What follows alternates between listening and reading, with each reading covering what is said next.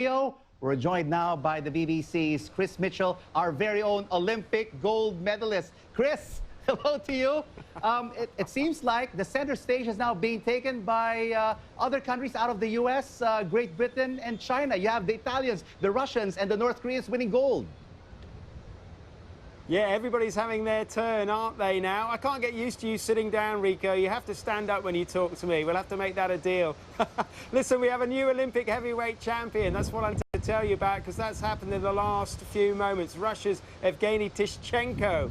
My goodness me, looks like a real bruiser. He has won gold. He beat Kazakhstan's Vasily Levit.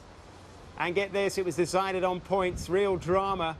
Tishchenko awarded a unanimous decision, 3-0 on points. But the Russian was booed by the crowd as he added his Olympic gold to his world and European titles.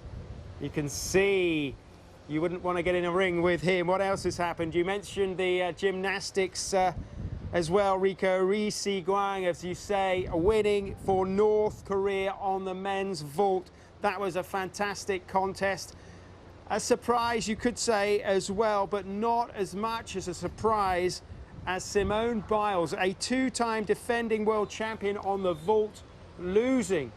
And you have to say losing because everybody expected her to win gold, although I feel a little bit uncomfortable saying losing because she took bronze. She made a mistake, just one tiny little error.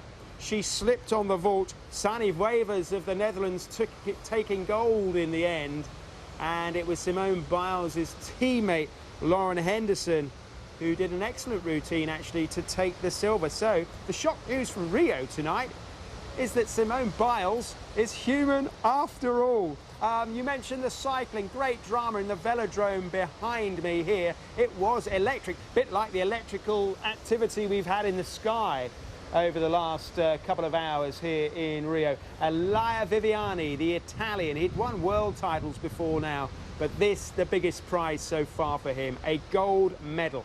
And it wasn't any ordinary gold medal either. There was great drama on the track because there was a crash caused by Britain's Mark Cavendish. There's Viviani crying. He was crying. This meant so much to him, but he had to get up, having been knocked off his bike, having his clothes torn, to win the gold in dramatic fashion. The Korean rider Sang-hoon Park was taken to hospital after that crash just to be checked over.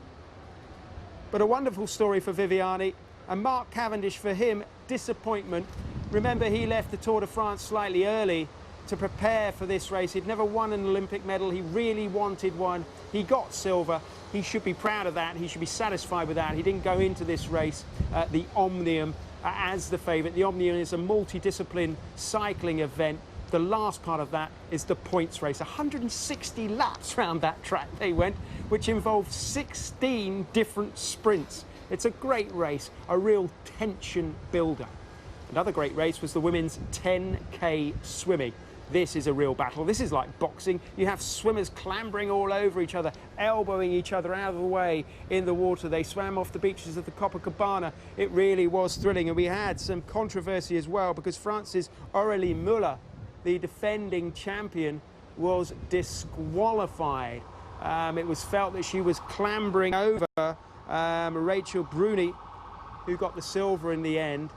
Italy's Rachel Bruni, and Poliana Okimoto the bronze. And it was Sharon van Rouwendaal, the Dutch swimmer, who actually got the gold in the end for the Netherlands. But Aurélie Müller in tears afterwards, very disappointed. But it is a bruising battle, that 10K. We had a world record in the hammer. Poland's Anita Wlodarczyk. She got that. She was nailed on favourite for the hammer. She broke the world record. She beat everyone else by about 500 centimetres. That is miles in terms of the hammer. That was very exciting indeed. Incidentally, Sophie Hitchen in that for Great Britain, getting a bronze medal. First time any Britain's got a medal of any sort in the hammer. And this is odd because you wouldn't think this of a hammer flower. For many, many years, Sophie Hitchen had wanted to be a ballerina. It wasn't working out for her. Now she wins a bronze medal at the Olympics in the hammer. The steeplechase, Ruth Jabet winning that for Bahrain in an almost world record time. Very young athlete, teenager, narrowly missing out on the world record. A fantastic run for her. Okay. There's great excitement coming up here in the next, 20, 25 minutes on the track. There could be a delay. I've been looking at the pictures. The track there is very, very wet. We have had some sort of tropical rain here, heavy downpours. You'd be familiar with them in places like Singapore, Thailand. It happens every day. And it's true of this area as well. Really heavy rain. The track is very wet. But all being well, David Rudisha will defend his title in the 800 metres for Kenya at any time in the next sort of half an hour. And Alison Felix goes shortly afterwards for the United States, trying to win gold for America. She's favourite in the 400 metres. So much going on, Rico. I'm having so much fun. Even when the rain is pouring and the wind is trying to blow me off the balcony here, it is still fun. Really exciting, all these competitions taking place across many sports. I like that hammer throw, Chris. I like the shot put. I like the javelin. You know, I'm also a big fan of the decathlon competition. But you were talking about Simone Biles. She's already won 3 gold medals, but she still has a shot at 1 more gold medal with the final competition in the floor exercise. That's right, she's got 3 golds, she's got 1 bronze, and she'll get this floor exercise gold, I'm pretty certain. I mean, we saw her in the team event doing the floor exercise. She was the last person to do it, and it was a bit like going to a Broadway show. I mean, she didn't put a foot wrong. It was absolutely wonderful. The crowd lapped it up, really enjoyed it. I mean, I'm not a gymnastics aficionado. It's not something I go to every day. But I was sat with people watching it who were open-mouthed at the height she was getting, at the elegance of her display, and how, you know, when you see these people leap up 2 or 3 meters in the air and just come down like a dart on the floor and don't move, it was wonderful. So I think she will win gold in that. But then I was saying I thought she was going to win 5 golds, so I've already been wrong. So don't believe me. Don't believe a word I say until it actually happens.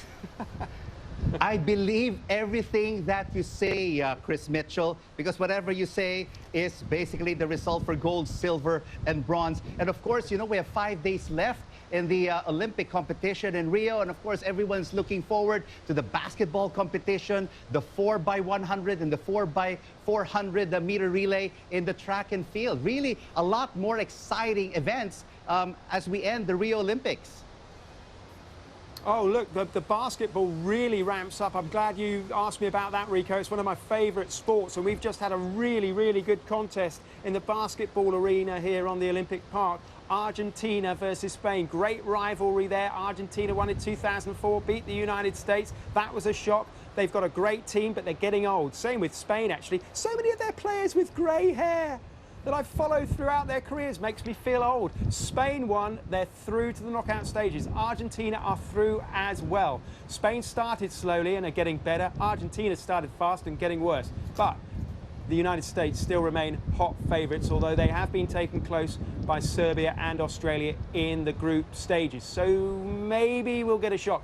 If the United States were beaten in the basketball, that would be one of the biggest Olympic shocks out there. It'd be a bit like Usain Bolt getting beaten in the 100 metres. As you say, we got Usain Bolt later in the week going in the 200 metres. What is that? Thursday night, they've got the relay on Friday. So he could have his 3 golds and do the triple treble, if you like. So there is a lot more to come. But I'm not going to lie to you, Rico. When I got here first thing today, after the Usain Bolt night, there was a little bit of a feeling of a hangover. That, you know, wow, we'd seen Bolt, he beat Gatlin, it was like, wow, is that it? Is the Olympics over? No, it's not over. The drama continues. We've had it all day long, and the weather to boot just adds a little extra frizz-on to the atmosphere tonight here in Rio. All right, a lot of exciting action at the Rio Olympics. Our very own gold medalist, Chris Mitchell, reporting from there. Thank you so much for joining us.